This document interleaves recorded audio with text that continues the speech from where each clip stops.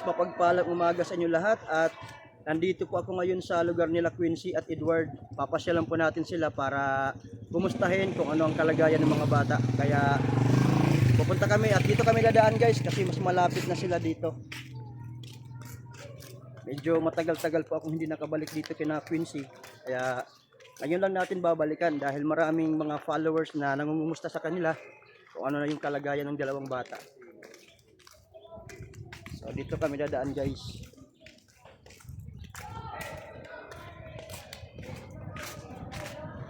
At ito yung paaralan nila Quincy, doon lang yung paaralan nila, malapit lang. At dito sila dumaraan sa basketball court. Ayan.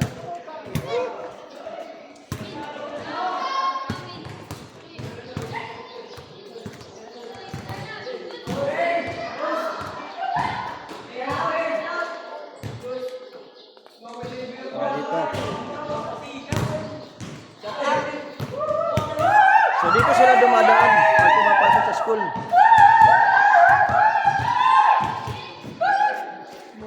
Dito pala si Ate Lea. Kumusta? Mamaya usap tayo. Ha?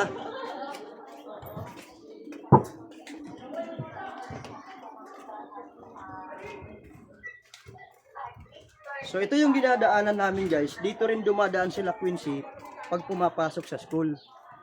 Kaya mas safe na po yung daanan po nila. Kumpara dati sa tinitirahan nila sa gitna ng kagubatan, napakalayo yung nilalakad ng mga bata. At lalong-lalo na pag umuulan, maputik. At delikado sa mga bata, lalong-lalo na kay Quincy kasi babae.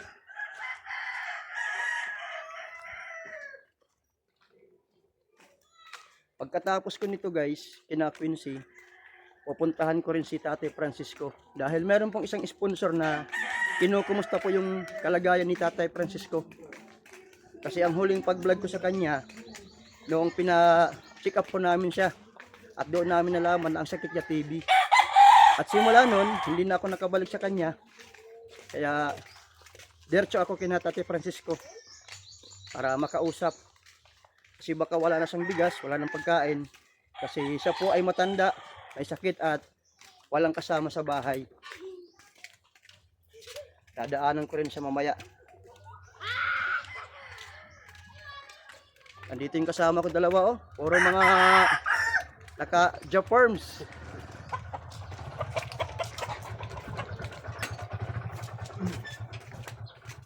Ano, kamusta naman Henry? Kahapon, nandun ako sa alang-alang kahapon. Sobrang layo. Yung nabisi kahapon.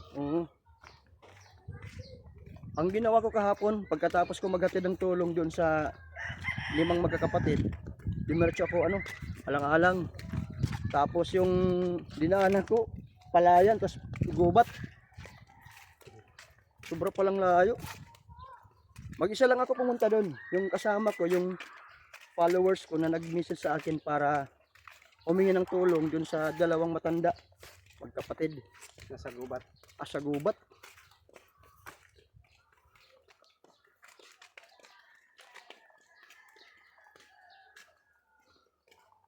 So dito na kami guys, malapit na kina Quincy bahay. Parang walang tao eh. Sarado. Para sa loob lang.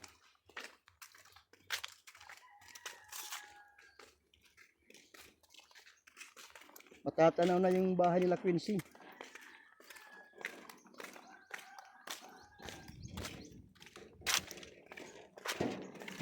Hello guys, ba't nakakariton ka?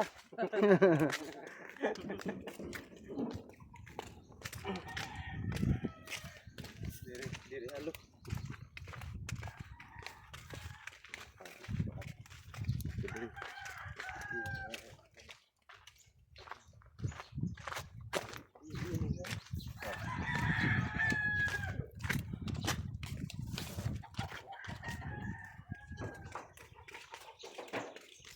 Ayun na yung bahay nila Quincy. Dito sila nakatira. At ito may patwi dito. May tao. Pero mukhang walang tao dito. Ayun yung bahay nila. Lapitan natin.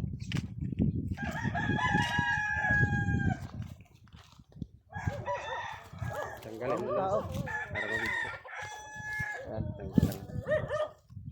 Papay. Papay. Papay. Tao. Uy. Ayun. Natutulog si Burantoy. Puran. Tanghali na to. Tanghali na, tulog na tulog. Baka may kasama ka dyan. Nasaan sila kasi? Nasaan? Tangi silang ida. Pakibukas nga tayo. Ganda mong bahay ni ano. Halo, kumusta? Kumusta? Sini, Ha? dito, nag-iisa, palagi nag-iisa araw-araw. Nasaan yung mga bata? Ano sa iyan tinida? Papuntahin mo, kausapin ko. Mm. So, nandoon sila Quincy sa kabilang bahay, naglalaro. Puntahan mo muna, kausapin ko. So, tingnan nyo guys, ito yung bahay nila dito.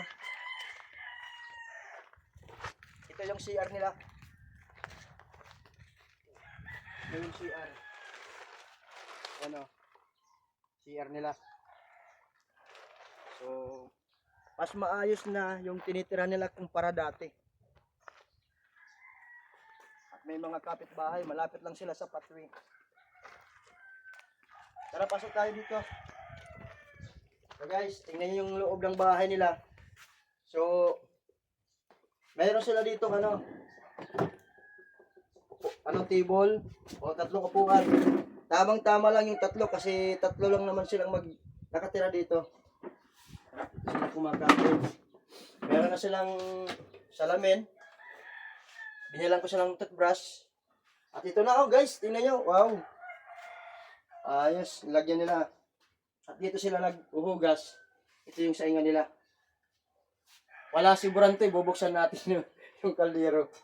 Daming kanin, no? Ito isa. Yung isa ng ulam. Walang ulam.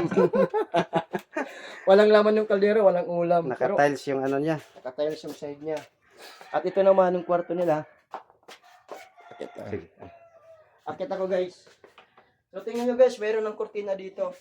Kasi bumili na rin po ako ng kortina. Ito. Yung kortina. At dito may kortina rin dito sa kabila. Yan. Dalawang kwarto. Dalawang kwarto yung ginawa namin. Nagkukulambo si Burantoy. Tanghaling tapat. Tulog na tulog si Burantoy. Ito. So maganda na yung bahay nila. At kaya po tayo nagpunta dito upang makumusta natin yung kabataan.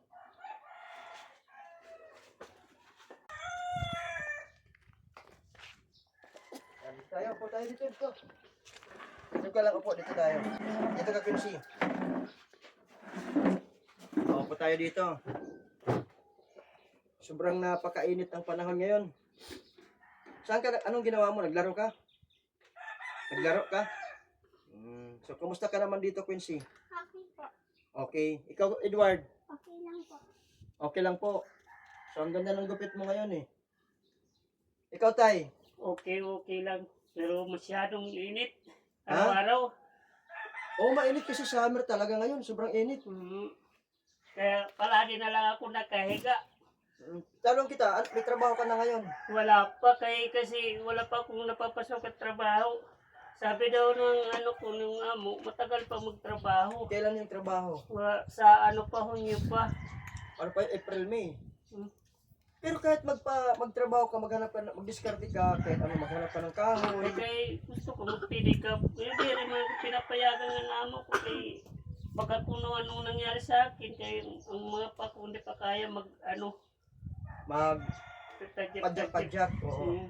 Tawag nito, ang gawin mo, turuan kita pa, dumiskarte sa hanap buhay.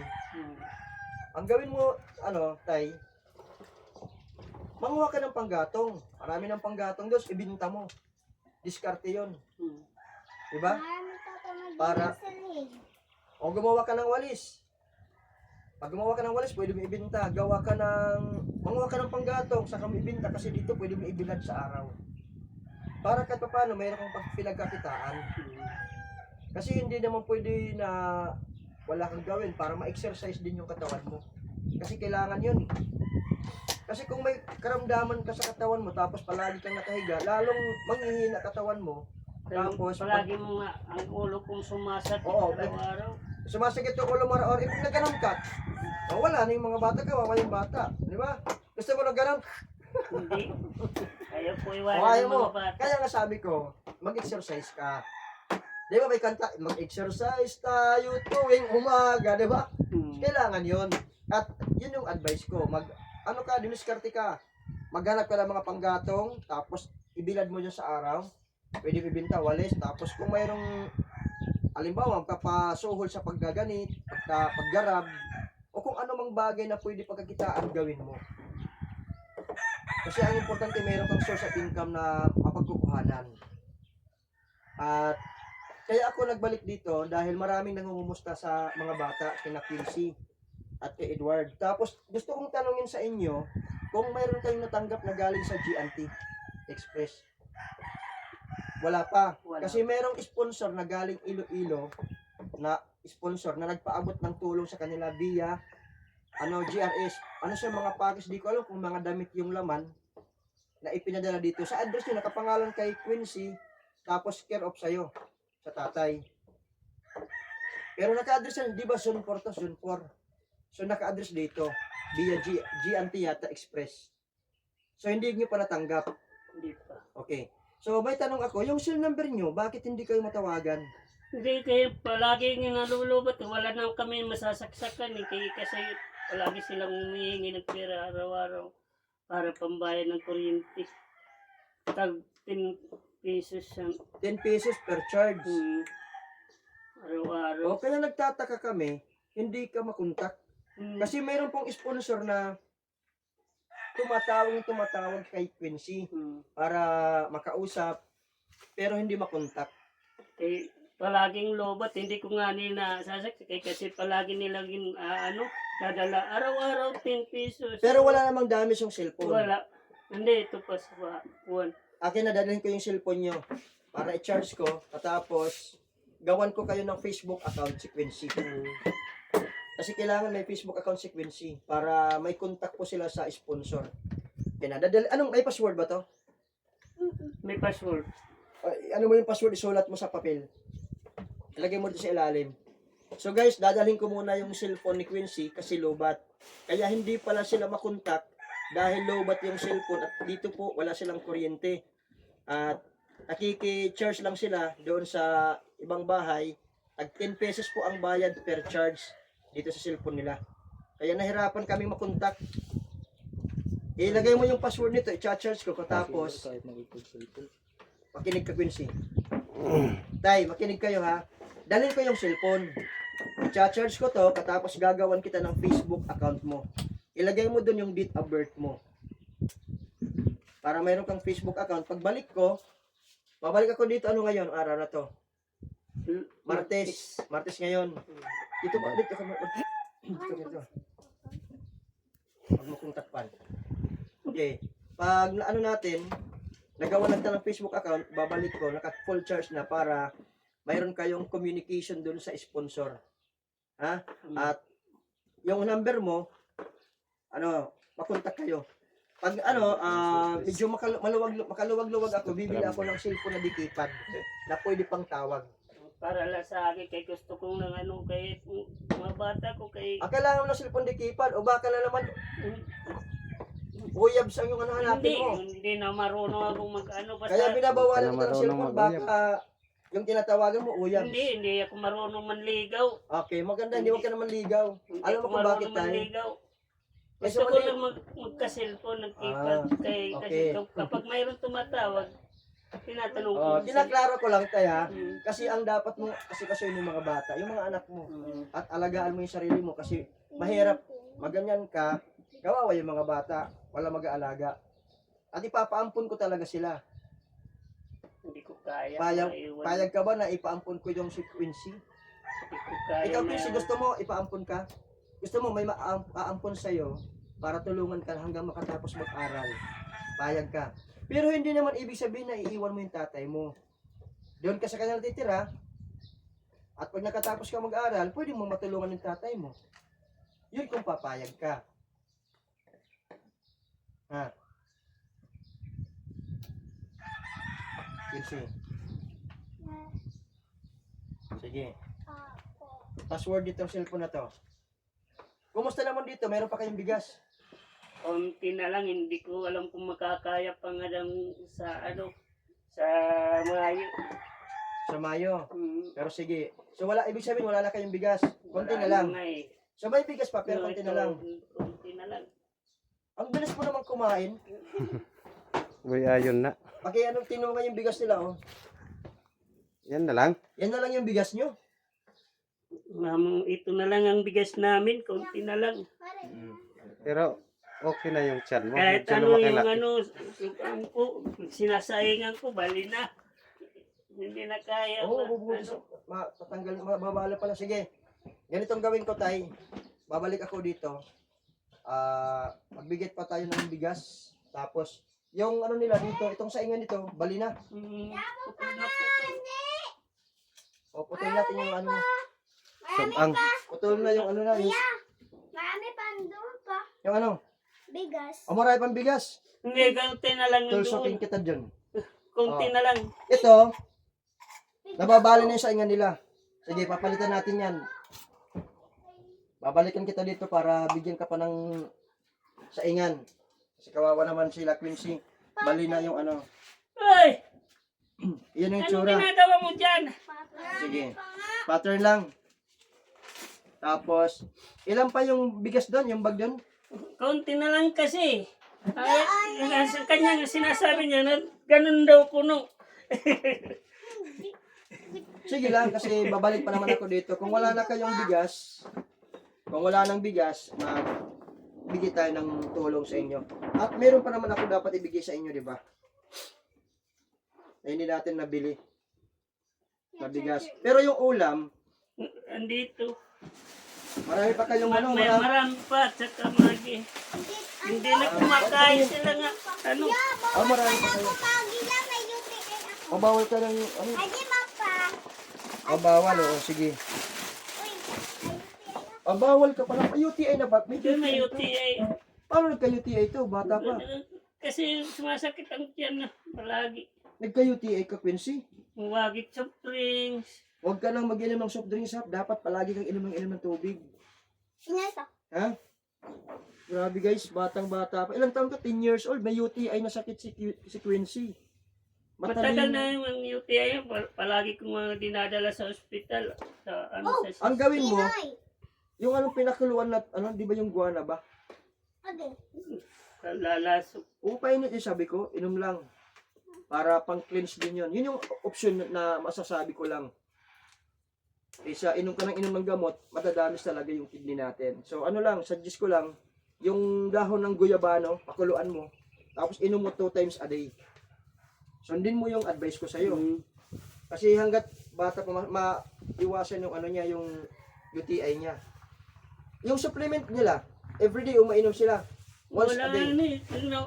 Tapos na, ubos na rin. Bakit pinapak nila? Hindi. Okay. Nag-isa-isa sila. Isa-isa lang. Araw-araw. Bilang kita ng vitamin C, bigyan ko siya ng vitamin C na sodium ascorbate Kasi para... yung, tingnan mo yung ano, para pang banyos niya, Oh, wala na. ito, wala na. O, sige, bigyan kita. Na. Ito, sarili kong product to, sarili kong brand name. Ito yung negosyo ko. At bibigyan kita niyan. Mabuti, meron akong dala.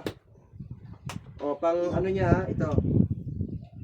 O, sarili ito. Bigyan kita, pang ano, pag inihika ka, pwede mo niyang, ano mo sa dibdib mo. Kaya kung may pasma, pwede din sa'yo kasi ano yan, sa mga pasma-pasma sa katawan, magamit. Kaya malaking tulong itong product ko. Sige. At yun muna, mayroon pa kayong bigas, pero konti na lang, maubos na yung bigas nyo. At si Quincy, hindi na siya pwede ng mga dilata. Bawal sa'yo yung dilata, Bawal at bawal lahat sa'yo yung, sa kanya. sa kanya yung magi. Kasi marami pa naman kayong Marami pa. stock na grocery. So, ang ano lang, kung magbibigay sa'yo ng, magpapabot sa'yo ng cash, ang hirap naman kasi siyempre gagastos, maubos yun. Kaya gusto nila ng buwan isda, tsaka yung manu.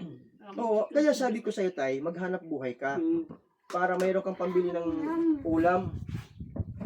Kasi siyempre yung sponsor, hindi naman yun habang buhay tutulong sa inyo. Ha?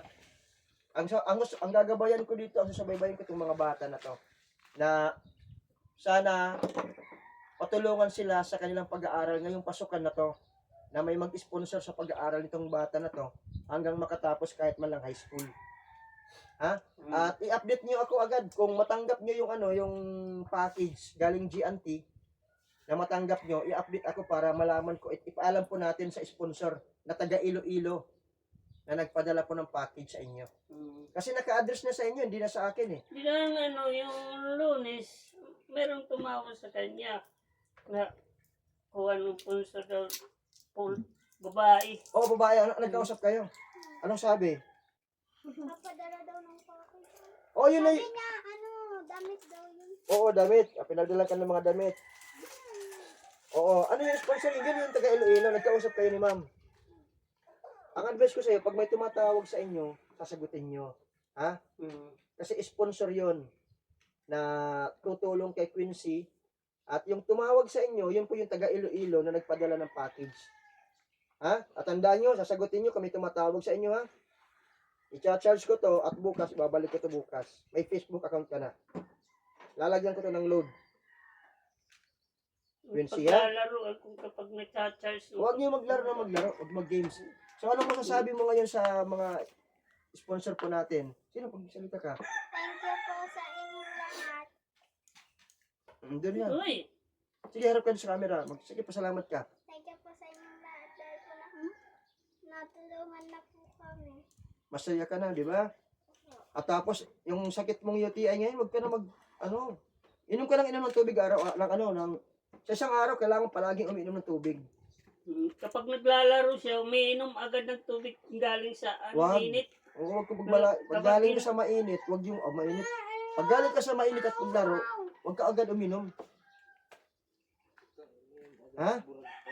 Sige ha, yun na muna guys. Ito muna yung update sa kalagayan nila Quincy ngayon at binisita ko sila ngayong araw na to kasi medyo matagal-tagal na rin po, mga 1 linggo yata hindi ako nakabalik sa kanila dito. At so far okay naman sila at medyo konti na lang yung bigas nila. So siguro by Mayo ubos na yung bigas mo sa May. Pero aabot pa sa May. Oo, abot pa. O abot pa. So okay 'yon. Ang mga yung gulay, pwede kay Quincy, magano ka ng mga gulay-gulay. Marami Wala naman. naman kukuha ako ng gulay pero ayaw na yung ganas, yung ayaw ng balikotos, ayaw niya. Yung Gabi. lawag, kain ka ng gulay. Ha? Sayang yung talino mo pag nagkasakit ka. Ha? Kailangan palaga mo yung sarili mo, tapos yung talino mo, para makaahon kayo sa kahirapan. Dahil tandaan mo, Quincy, ha, yung remind ko sa'yo, Nakamutang nga la. nakarinta tayo dito ng 10 years. At magsisikapin ko na bago matapos ang 10 taon, kung sakali magkaroon man ako ng pera o may mag-sponsor man sa'yo, babayaran natin itong lupa na to. Para hindi na kayo umalis dito at palipat-lipat kung saang bahay kayo pwede tumira. Sa ngayon, nagsisimikap ako na sana magkaroon tayo ng mas malaking pera at may mag-sponsor man lang bago umabot yung 10 taon, tapos mabayaran natin tong lupa na to. Kasi kung hindi mabayaran, magsisimula ka na naman ulit sa panibagong buhay. Magsisimula ka, lilipat ka ng ibang bahay. Balik ka na naman sa dati mong tirahan. Balik na naman kayo sa pagkalugmok. Papayag ka ba, Quincy? Babalik kayo sa dati yung tirahan? Siyempre hindi, di ba? So anong advice ko sa'yo? Mag-aral mabuti. Pagkatapos, ano pang gagawin mo? Alagaan mo yung sarili mo. Inom ka ng inom, wag yung mga maalat. Yung mali ko lang, bumili ako ng bagoong. Bumili ba ako ng bagoong? Wala. Walang bagoong. So, yun know, bawal yung maalat. So, hindi muna ako bibili ng mga noodles at saka dilata. Kasi ang tataba yung tatay. Joke lang. Di ba? Kaya sige. Ano muna ako, ha? So, guys, maraming salamat guys sa patuloy na pagsuporta at pagsubaybay sa kwento ng buhay nila Quincy at Edward at itong pamilya na to. Na naway loobin pa sila ng Diyos na pagpapala at blessing na dumating sa kanila at sana po may mag-sponsor po sa kanila. Sana po mayroon pong mag-sponsor sa kanila ng bigas kahit man lang every 2 months na makakatulong po sa pamilyang ito. At yung ulam, diskartehan mo na yung ulam tay. Kahit mga gulay-gulay kasi mas importante yung gulay para mas healthy ha. Quincy, advice ko sa iyo ha. Kailangan inom ng tubig tapos para yung UTI mo hindi lumala. Ha? Kasi napakabata mo po, may UTI ka na. Pero kung papayag ka, mayroong kukuha sa iyo, sasama ka sa kanila, pero ang maiwan si Edward. Para mabigyan si Quincy ng magandang kinabukasan. Pag mayroon ng magandang kinabukasan si Quincy, matutulungan kayo. Payag ka? Payag ka? Na aampunin ka? Di nga, payag ka Quincy. Hindi po po ako, sir. O, pag-isipan mo lang. Malulungkot ng O, tatay kasi ko. pag-iisipan niya po sir kung gusto niya magpaampon. Dahil gusto niya rin makapag-aral. Kasi hindi naman kaya ng kanyang tatay na mapag-aralin sila. At may sakit din naman yung tatay niya.